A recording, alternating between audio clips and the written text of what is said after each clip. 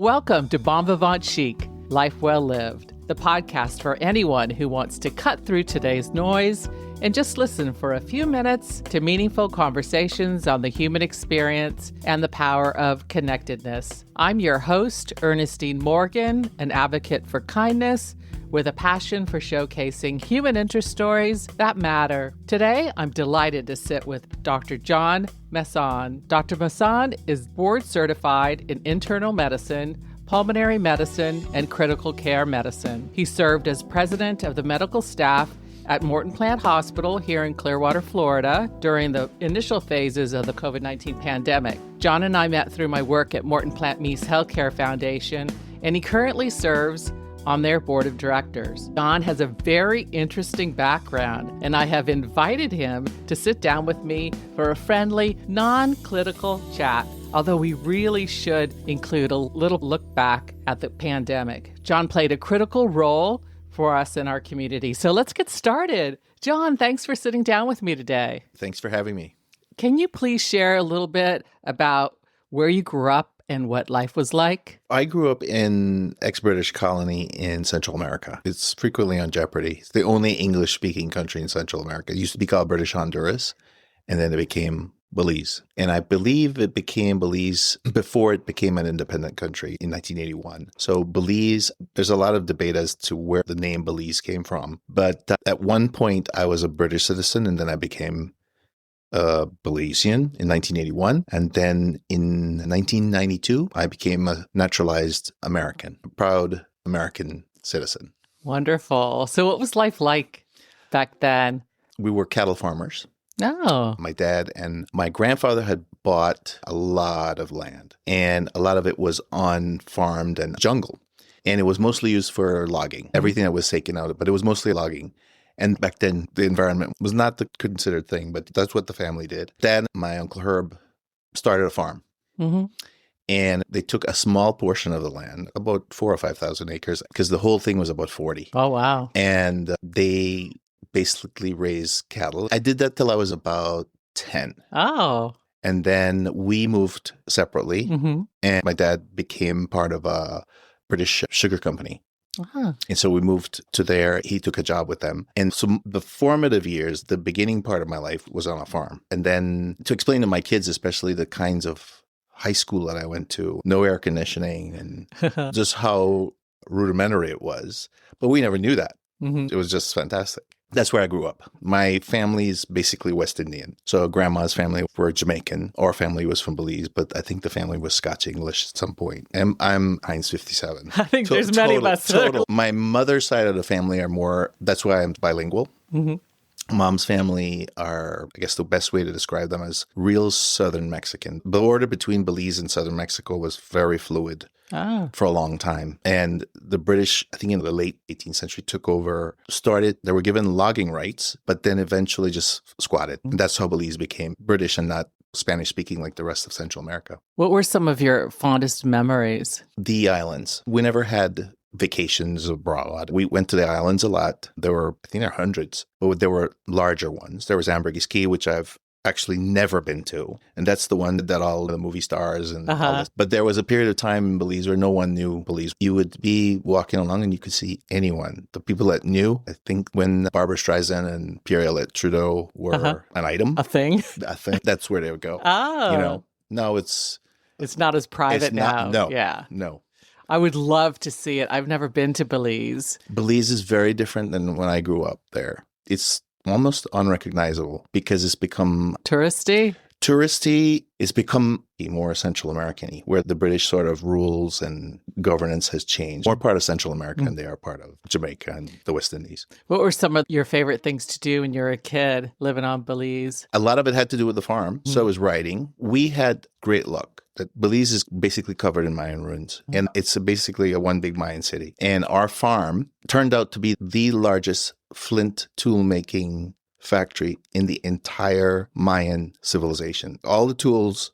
Wow. Because they never had metal. Mm-hmm. There was a little bit of gold, but there was no wheels. And everything was obsidian. So the sharpest tools that they had was made from obsidian. Obsidian is not native to Belize. So it had to be brought from Mexico down to Belize and worked on and these tools made. And I would say from the time I was between the age of 6 to about 10 or probably longer, we had every year different universities that would set up camp that would stay for several months. We had Harvard, we had Yale, we had University of Texas, San Antonio, we had Brown. We had all these people were down there. And then at night, the digs, whatever they found that day, would be found. Wow. And they set up an auditorium and it was teaching. And we would go on a Saturday when we came out from school and help excavate. And when I graduated from high school, I was given a rubbing. You know what a stela is? It's basically the hieroglyphics of the Maya, but carved into limestone. And then, so it's got a relief to it. And they put a cloth on top of it. And they just made basically like you would a penny, riding horses. We saw everything to do with cattle, life, death. But it was not the life that I lead now. It was a very different life. My first car was a cross between two VW Bugs. My dad and I put together, you know, the brown one. So the engine came from one and then was transferred into the shell of the other. And it just learning to think outside the box. You had to get creative. You had to get creative because once the gas pedal cable broke. Oh, geez. And I had a piece of string that I tied on the carburetor, but I got home. Who had the biggest influence for you when you were young? As it turns out, a lot of women figure in my life. I would say my mother, but my paternal grandmother was probably the largest influence on my life. She wasn't a sort of a lovey-dovey kind of a grandma, but she instilled first principles. It was all about there were two ways of doing things, the right way and the wrong way, that there were things that you did because that was the correct thing to do. It might not have been the thing you really, really, really wanted to do at the time, but you did the correct thing. She also adored her eldest son, my uncle, who was bookish. My dad, who was the youngest, who was into fishing and hunting and cattle. And the British would give, back then during the colonial time, the British would give one scholarship to go back to study whatever you chose in England. And it was at the end of World War II that he won the scholarship. My uncle Andrew wanted to be a doctor. And he left Belize at 17. Found out later Belize had no airport. So he had to leave Belize in a boat. Wow. And guess where he stops first place? Where? Tampa. Oh my gosh. We went back and looked. And then he gets on a train from Tampa to New Orleans, where we had family. And then he gets on another train and he goes to Grand Central Station, New York City. He's 17. He has a piece of paper that says, this kid won the scholarship, make way for him, blah. And he gets on a troop carrier that were bringing troops back from Europe. They would repurpose these cruise ships that were like the Queen Mary and made them troop carriers. And he met up with all these other kids from Trinidad and Tobago, Jamaica, wherever. And he went to England and he did his degree in biology, became a doctor, became a general surgeon. And his mom never visited him once. She couldn't. Oh. But she just knew he was there. He lived larger than life. And he eventually went on to great things. He was one of the founding members of the University of the West Indies in Jamaica. He opened a department of neurosurgery because he became a neurosurgeon. But that's my grandmother. She just loved the fact that he had done what he did. He made her proud. And my dad probably said, this is a little sacrilegious, but he said that when I graduated from med school, that Grandma had died many years before. And he said, your grandma would be so proud of you now because if Jesus Christ had not been a carpenter, his alternative job would have been a doctor. So my grandmother was a huge influence. That's terrific. Huge influence. And what about your uncle? Did you get to know him? Got to know him well. He was a real Renaissance man. He was a great chef. He loved classical music. Back then, when I was able to start visiting him in Canada, because he had moved up to Canada, he actually taught at the university where Dr. J. I'm in. Oh, small world, right. Canadian. I know. It's crazy. A very, very small world. And he moved up to Canada, and so I would visit him there. And he died when he was 85, but I was able to talk to him a lot and get his life story down. He would tell me a lot of stuff. When I graduated, he gave me a book, and it was William Osler's Equanimitas. Osler was a Canadian, and he was at McGill University. And then when he came to Johns Hopkins, he's the one that set up the entire way American medicine is done. 4 years, he put universities with medical schools. He made them academic because there was a period of time where the med school, they weren't associated with universities. And he said 4 years, you have to have a first degree, residency programs, all that stuff. But anyhow, that book, Equanimitas, he had a first edition that he had given to his son, my cousin Edward, who is an orthopedic surgeon. And so he said, I can't give you that one, but he says, I have a very fine copy. And he wrote in it, very nice. And my son Dominic wants to be a physician as well. Oh, wonderful. And so I've said to him, I said, you do it. I'll turn the page and it'll be your book. Oh, beautiful. So that was my grandmother. Inspired you. Mm-hmm, absolutely. That's really wonderful. What was your first job and how do you think it shaped you? I remember exactly what it was. It was my grandmother's friend. Her name was Mrs. Rowe. And she used to do Christmas cards every year. And instead of putting them in the mail, I hand delivered them on my bicycle. She'd pay me like $5 or whatever it was. I don't remember exactly what it was, but that was my first job. My first job was working for Mrs. Rowe, doing her Christmas card delivery. And I did that every year. That probably was my whole bicycle around town. It's funny how some of these questions trigger some old memories that you might not have thought about for a long time. What are some of the most rewarding moments through this journey? I would say collaborating with, and I have to say the group of guys that I have, because we would love to have a female partner. And we've really, really tried, but it just seems we're kind of batting zero right now. But the guys that I work with, and not only the doctors, but the extended staff, everybody, are just a wonderful group of people. When I got here in 2002, I was the baby doc, and now I'm the old guy. Are you? Yeah. And you're not that old. High water raises all boats. We try to make the water high for everyone. And I'm considered the elder statesman. Yeah, the mature one. Yes. I'm sure you've had many pivotal moments or decisions that really changed the course of your life. Is there any that really stand out to you? 100%. Two. They're both involved teachers. One was a teacher in Belize. We didn't have a university. We had something that was called a sixth form. So it was 2 years past high school. And then if you wanted to do something more than that, you'd have to leave, go to England, Canada, or United States. And I had a biology test that I did. It was like my final. I think I got like a 75 or something on it. I wouldn't say she was my professor. She was my instructor, because it was much more rudimentary than it would be now. She couldn't have been much older than I was. She had gone to school and gotten a bachelor's degree and had come back to Belize and was teaching biology. And she could definitely see I was not performing. And she wrote this on the top of my paper. Best of luck when you move to the United States. Hope you're successful, whatever it is. But she wrote, just remember the little adage, always let your reach exceed your grasp. Beautiful. And it just spoke to me, because the story goes on for about 20 years, because that one thing was my kick in the butt. And that's when I started dreaming and thinking, okay, I can do whatever it is that I want.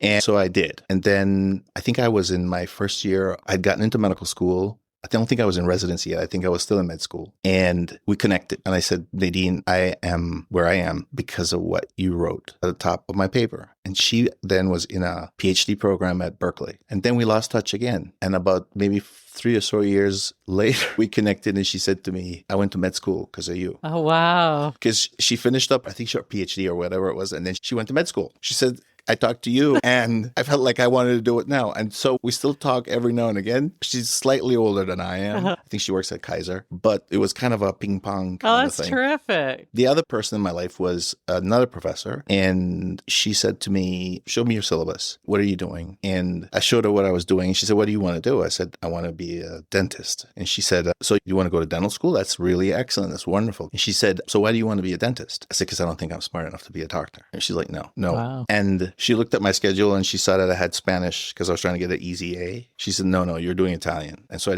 ended up doing, I don't remember any of it, but she came to my graduation from med school. Oh, that's awesome. Yeah. That's awesome. Had you always wanted this career, medicine? Yes. I wanted to be like my uncle. Mm-hmm. That was goal. Because it wasn't just the medical part. He was just this Renaissance man. He was widely respected, widely known, and just knowledgeable in many things other than medicine. He said his first attempts at suturing was from his grandmother, who used to make him sew on buttons and darn socks and stuff like that. You know what I mean? And that's what he would always tell me.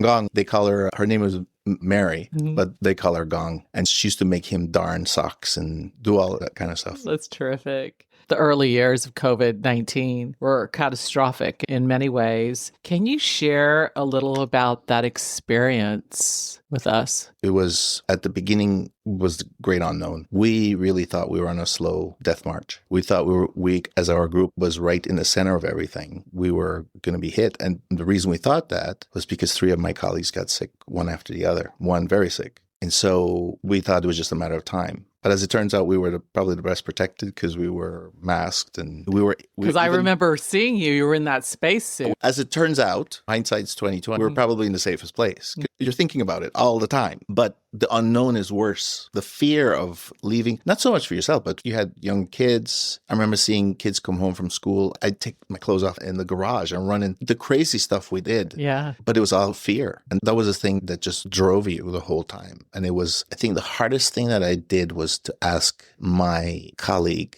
who had just had a young child, a month old, that he had to do what the rest of us were doing. And we were all taking care of one of our partners in the ICU. It was not a good. I think that's probably the hardest thing that I had to do, but you have to do it sometimes. If you look back, is there anything that you really think we learned through that? I mean, we learned a lot, you know. Is there anything that sort of stands out that we learned from that experience? That we could do it. Even when the walls are crashing down or seemingly crashing down around you, we could do it. We put it together. I keep saying this, but it's the guys in our hospital converted those ICUs into negative pressure by knowledge of how to splice and cut.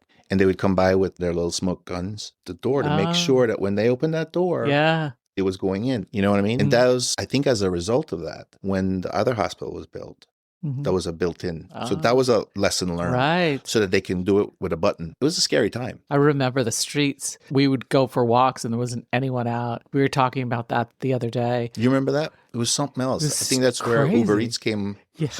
And if you'd walk by somebody, they wouldn't say hello or anything because there was like this fear that you might get sick. And then devising the first treatments. One of the things, there was a period of time where they said steroids would prolong the viremia and that you shouldn't give steroids. And independent of what was eventually proven to be the complete opposite. We independently sat down and as a group said, okay, our patients are getting sicker, okay, and no one should die without a dose of steroids. That's what we have left in the toolbox. And we did it. And we were ahead of our time before any of the drugs, before any vaccination, before anything. Thank you for helping us get through that. Our community is blessed to have you here. I think it was fortuitous that I became president. It could have been any other subspecialty, but as it turned out, it was a respiratory-related illness, and so we could move things faster. Yeah. The Critical Care Collaborative came out of that because we started doing Zoom calls and talking, and it's morphed. Absolutely. What lessons about family and relationships would you pass along to the younger generation? Family's everything. One of my favorite movies. My wife and I love the same movie, but separately. Moonstruck. Oh, yeah. We've seen it 100 times. For me, everything is about family. It's a la familia. If I had to tell kids, when you marry someone, you don't just marry them, you marry their entire family. I have the best in-laws that I could ever ask for, my wife's parents. They're my parents. And I have wonderful brother-in-laws. That's how I met my wife. Total accident. Her brother and I were in residency together at LSU. And I knew him for about 3 years before I met her. And he kept bugging me because he was married and his wife was from Tampa and she was an OBGYN and all three of us were in residency together. I knew him forever. And he kept telling me, you got to check out Tampa. I'm like, I'm not coming to Tampa. I thought I was going to North Carolina, Bowman Gray. And I just kept putting him off. So January 7th, 1999, I finally break down. I'm like, I'm coming. So I came. My wife was here and she was working for a drug company and she was at the Innisbrook. And it was instant. Oh, that's great. And she's lovely, by the way. She is. So it was a total happenstance. It was unplanned.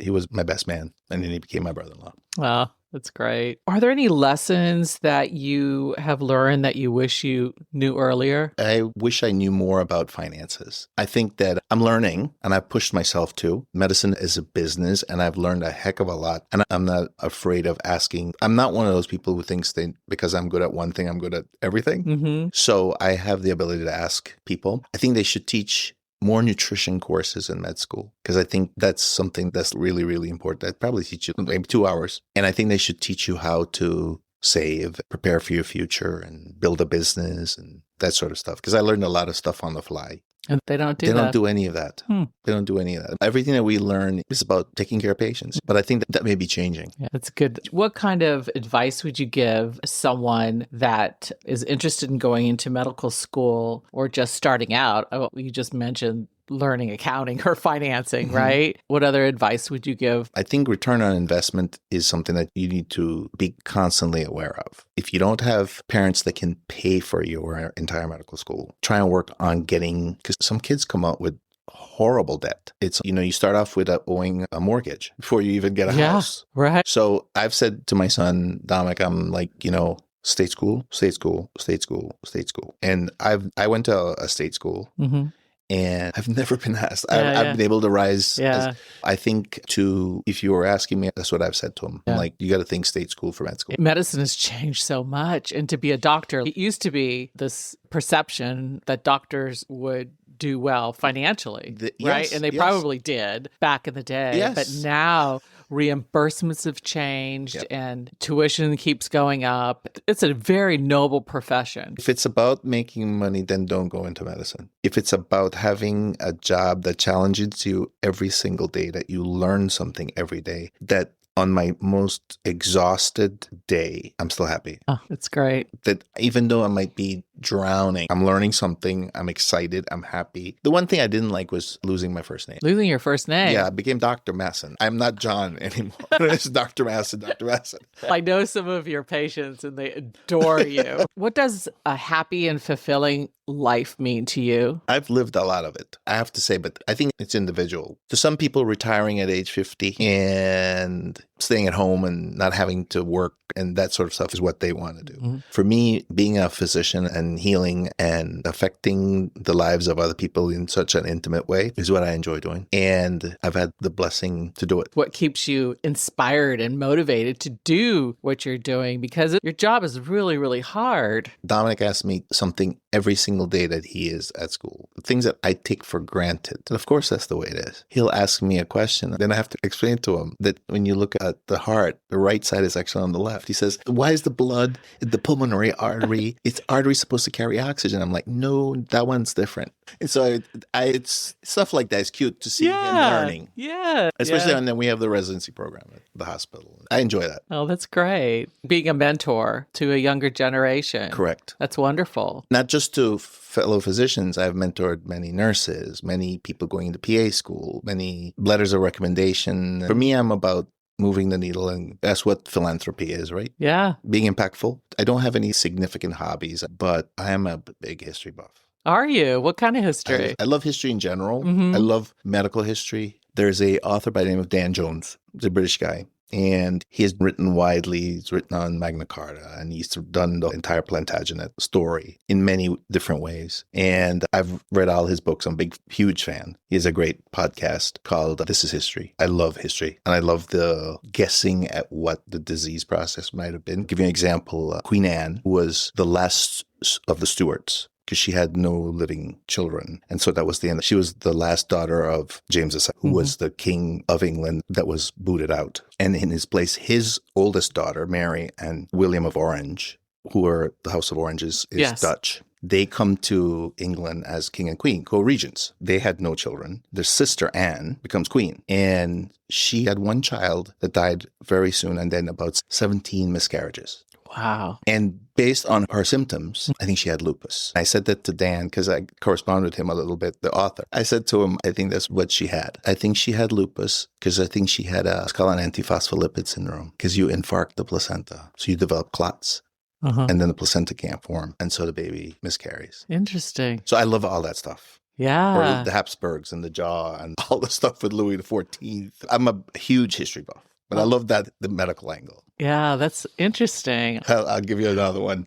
My maternal grandmother died of puerperal fever. She died after having a child, and she got infected and died. This is 1930s in Belize, so there's no antibiotics or anything. And my mom was, I think, 10 years old. And it was because there's a story about a physician named Semmelweis who had suspected that babies that were delivered by midwives, he saw a pattern that babies that were delivered by midwives, the moms, were not dying. But if they were being delivered by physicians, they had a much higher death rate. And he figured out that there was something that was being carried because back then, the more dirty your apron was, they didn't wear gloves, you were the best surgeon. And as it turns out, he figured this out. But then his message got lost because when he went to the medical societies and started saying, I've discovered this, I think we should start washing our hands, he added this extra part of, if you don't do it, you're murderers. They threw him out. So his story it's amazing how he could have saved more people by treading a little bit more softly. Yeah. His story was